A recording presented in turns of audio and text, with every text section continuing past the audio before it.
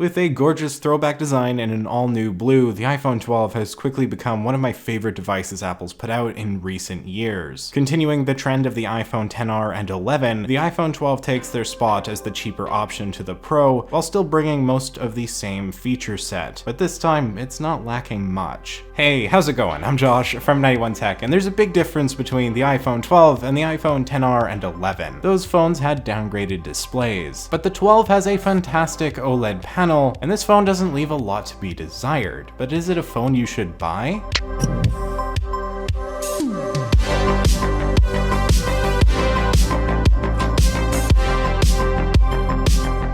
By all accounts and purposes, I can say without a doubt that this phone is worth the price of admission. $800 for what is just a little bit worse than the iPhone 12 Pro and has top-of-the-line 2020 specs is really hard to argue with. And while it's missing 120 Hz, the entire iPhone line is missing 120 Hz, so it's kind of a non-factor. Yes, you can, and many will, argue that it'd be worth it to buy an Android competitor with a smoother refresh rate and a thus more buttery experience, but odds are you've already decided whether you want iPhone or Android. And so as much as I love 120 Hz, unfortunately that's just not an option for iPhone. And if there's any benefit to sticking to the lower refresh rate, is that the battery life is going to be better than it would have been. As you guys know, I like to take a very practical look at phones, and we're going to do that today with the 12. We're going to focus both on the specs and feature set, as well as most importantly the value. Is this phone worth $800? And I already said it was. But if you want to skip to the end and hear my reasons why, I'll have timestamps in the description below. But to summarize what I'll eventually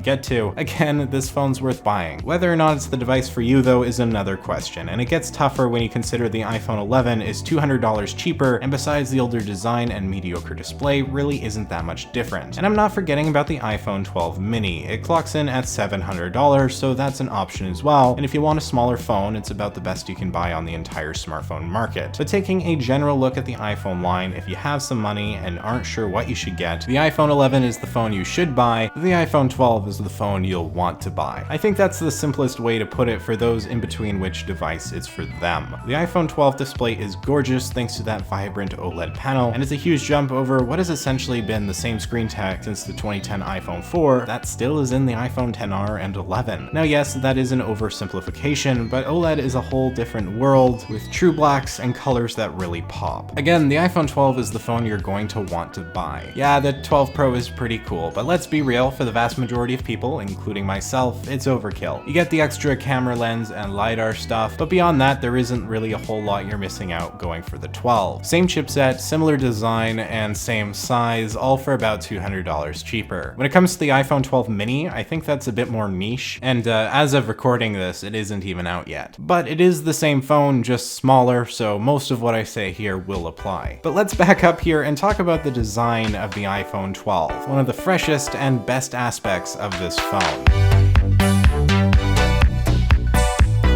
Apple has gone back in time to the iPhone 5 shape and sides, and I'll be darned if it isn't amazing. I love the look of this phone so much. The completely flat screen with absolutely zero curve over to the flat aluminum sides. It's so nostalgic, and hey, the phone can actually stand up on its own, which as someone who spends a worrying amount of time pointing a camera at phones, it's definitely something I can appreciate. But this thing really looks like the iPhone 5, 5S, and original SE from the sides. It feels a lot thinner, lighter, and more compact than recent models as well, which I take as a good thing. Just look at this photo comparing the iPhone 11 to the 12. It shrinks things down while retaining the same display size, and there's no question it looks a lot more modern. We also have a new variety of colors to choose from, and clearly I have the blue here. I love it so darn much. I've heard a surprising amount of comments saying that people think this blue looks cheap, but those people must be colorblind because I think it's beautiful, and obviously my opinion is correct. Just joking, of course. Kind of. I really do love this blue though, although I think I prefer the 12 Pro blue, which is a bit more subtle. But if blue isn't your thing, have no worries, you've still got white, black, green, and red to choose from. I'm not the biggest fan of the green, but the red is really nice, and if you'd rather just be as boring as possible, the white and black are there for you. The flat aluminum edges surround the glossy glass back that hides something new this year, MagSafe. Well, new for iPhone, so you can get this wireless MagSafe charger here, which is naturally sold separately, because Apple, and it just clicks on like magic. It works works perfectly, and while it won't charge your phone as fast as a fast charger would, I think the convenience factor makes up for that. It's pretty neat, and I much prefer it to trying to find the sweet spot on a conventional wireless charger. I've definitely had a couple times where I thought I put my phone on the wireless charger and woke up to found that it hadn't charged at all overnight. This also opens the door to some unique accessories, from cases to an attachable wallet. I have the plum colored silicone case here. It's overpriced and costed me a ridiculous $70 Canadian, but the case itself is really nice, and I love the way it fits with the blue. Also, when I put the case on, the phone actually recognizes I put on the plum case and plays a little animation. It's these little touches Apple puts into their products that I really appreciate, even if a lot of them are kind of useless. But this case is useful because it has a magnetic ring as well, making it a bit easier to slap on and completely compatible with the MagSafe charger or wallet. Your run-of-the-mill case at the moment won't work with MagSafe, although if you have a thin case, it might just work fine. All in all, there's no doubt in my mind that this is one of the most beautifully designed iPhones ever. I mean, just look at it, it's gorgeous. The frosted glass with the Pro for me is going to be superior, but I might actually prefer the aluminum sides over the stainless steel, as they won't pick up fingerprints and get as dirty looking. But the edge-to-edge display mixed with the iPhone 5 aesthetic is just perfect. And yes, that notch is still there, but the outside bezel was reduced significantly from the iPhone XR and 11. The display is 6.1 inches with a resolution of 1170 by 2532, making for a pixel density of 460 pixels per inch. This is very good, and the screen is amazing. This phone also has Dolby Vision HDR. There's also the whole ceramic shield thing that supposedly makes the phone more shatterproof. Ultimately, glass is glass, and glass breaks, so don't drop your phone, and maybe slap on a case and screen protector to be on the safe side. But gee, there's the big talking point of 5G. And this might be an unpopular opinion,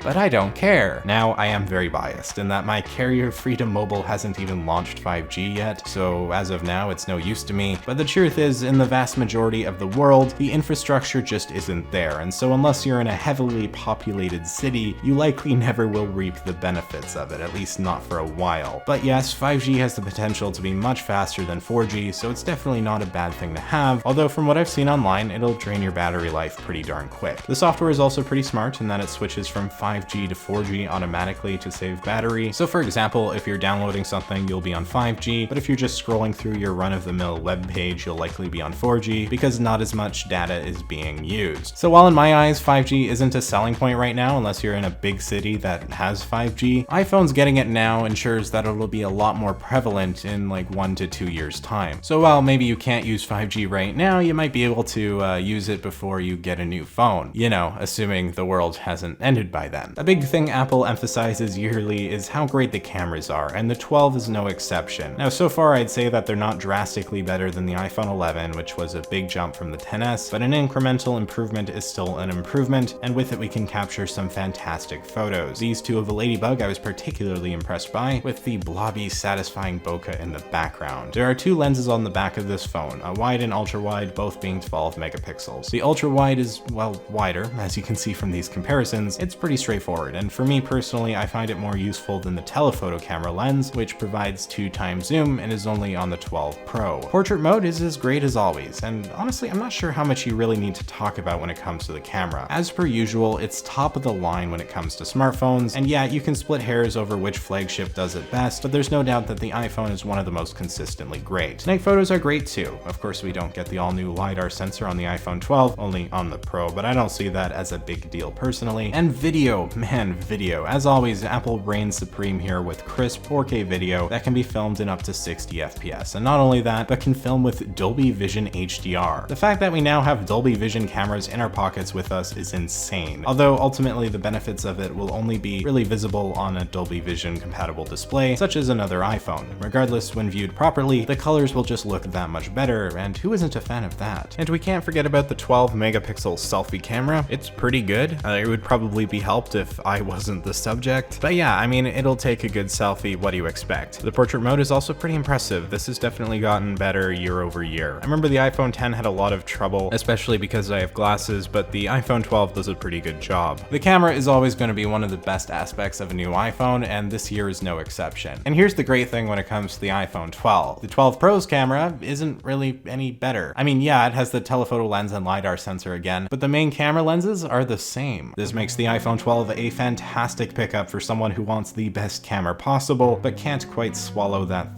$1,000 price tag. Battery life for me so far has been pretty darn good. Supposedly they're slightly behind last year's phones, but I don't consider that to be too bad considering the 11 and 11 Pro were pretty beastly for battery life. It'll get you through the day in most circumstances, although maybe not if you're using 5G a whole lot. It's a new phone, I wouldn't worry about the battery. For storage, we have 64, 128, and 256 gigabyte options, and without a doubt, the 128 is the one to go for. It's only $50 more than the 64, and I think it's going to be the sweet spot for most people. It's the one I got, it'll fit all my photos, and so much more. Plus, again, only $50 extra. Hard to complain. When it comes to performance, we're getting the Apple A14 chipset, the same chipset as in the 12 Pro. And 4 gigs of RAM, which is 2 gigs less than what's in the Pro, but the same as last year's 11 Pro. This phone is blazing fast, and you're not going to have hiccups anywhere around the OS, apart from the typical iOS bugginess that comes here and there. Flying through the UI feels as smooth as it can be, although it would feel smoother with 120 Hz, but it is what it is. Practically speaking, this phone is going to remain fast for probably a solid few years, at which point it'll be supported and more than usable for perhaps another few years after that. Apple is really darn good with software updates, unlike the vast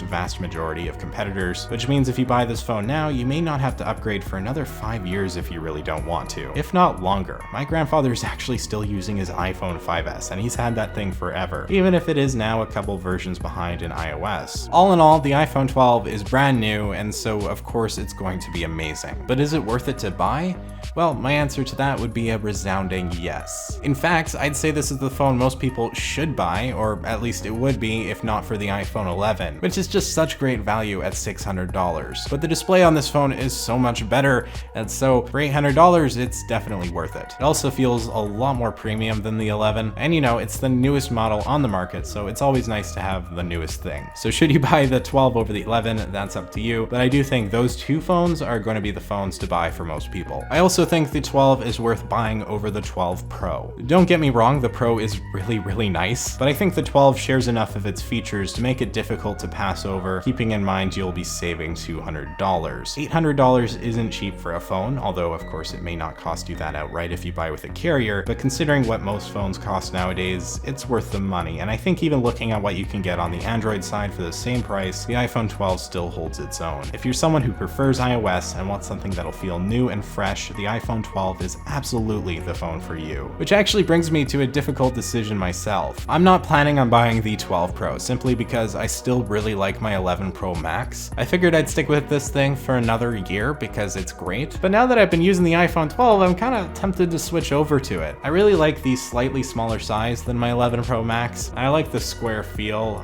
It's just a great phone, and I'm really tempted to start using it. So I might switch over at least for a little while and see how I like it. So if you guys would ever want to see a video on that, let me know. Any of you getting the iPhone 12 or 12 Pro or already have one? Let me know in the comments down below. If you found this video interesting or helpful, maybe hit that like button and consider subscribing for more content just like this. You can follow me over on Twitter and Instagram at 91_tech if you'd like to for some reason. And we also have a Discord you should go check out. Thank you so much for watching. I'm Josh from 91 Tech, and I will see you all next time.